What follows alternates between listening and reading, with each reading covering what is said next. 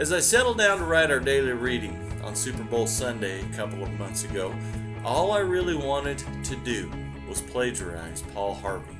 We'd just gotten done watching, in my opinion, one of the most exciting Super Bowls ever, and the best part of the entire telecast was a minute of selenium-toned photography of hard-working ranchers and farmers set to the backdrop of Paul Harvey talking about what God did on the eighth day.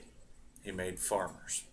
Admittedly, Mandy pointed out that he should have said ranchers, and a lot of the photos shown were definitely men in cowboy hats, families feeding cows, and individuals tossing hay bales. And although I'm not entirely fond of busting sod myself, I thank God for creating those of us who are not afraid to sweat, bleed, and cry in order to feed the world. That individual is known as the American farmer. Whether he or she is cutting through a field of seed corn in Indiana or slopping sows in a Virginia hog farm, whether he or she is feeding cattle off a sleigh in 20 below weather in Pinedale, Wyoming, or starting a colt in a round pen made out of pipe in Weatherford, Texas, I believe they'd all be proud to be known as an American farmer. When I was growing up, working in the old feed store at Pendleton Grain Growers, I remember standing out in that feed warehouse at 5 o'clock and listening to the rest of the story from Paul Harvey. Invariably, he told us about America. He told us about the will to work and rise above that existed in so many of our nation's greatest figures. He would enlighten us about the world in which we lived during his news broadcasts, and more often than not, there was mention of God intermingled in his words.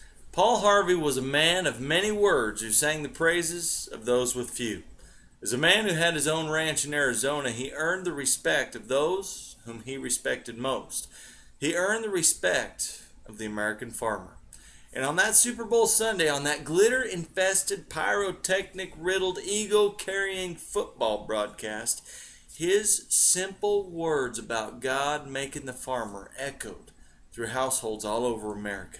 An America that has become the most advertised 2 generations in the history of God's creation. The commercial was plain.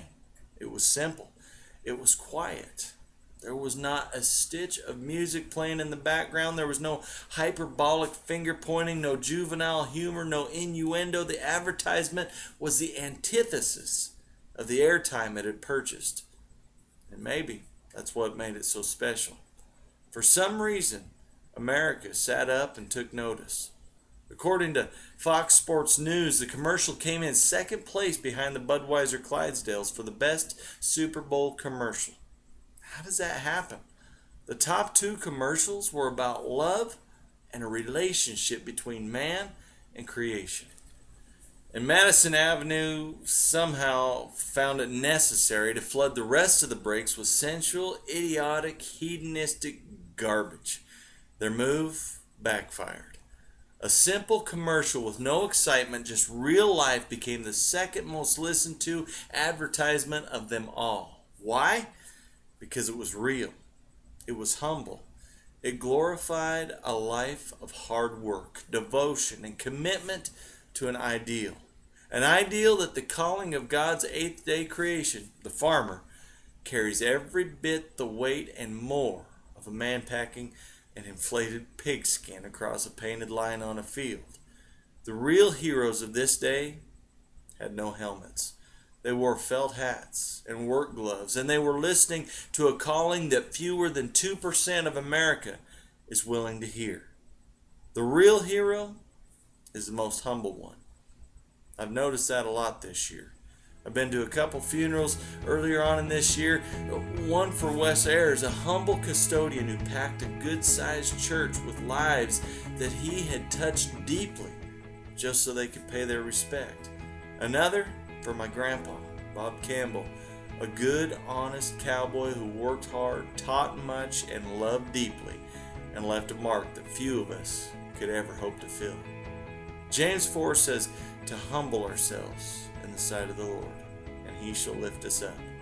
We saw a few guys dancing in the end zone on that Super Bowl Sunday, but I'd say the champs of that day were the ones with dirty hands, leather faces, and hearts feeding the world.